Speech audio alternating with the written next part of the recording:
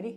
We're on. Okay, let's talk about some linear drains. So typically a shower will have a drain, which is in the center of the shower, or something that's called a linear drain, and that's what this guy is here. So essentially the water slopes from the shower head here, and it slopes all the way to this linear drain. And this is also really important to figure out at frame stage with the plumbers. The drain has a flange, and the flange needs to scoot as far as it can towards the frame so that we can get the tile to land right at the linear drain.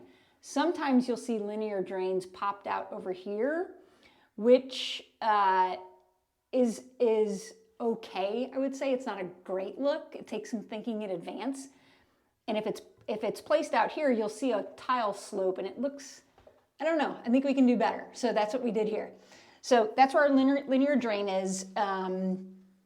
And this here, as I'm looking, What'd you find? I found some screws here that could rust. So that's another really important thing.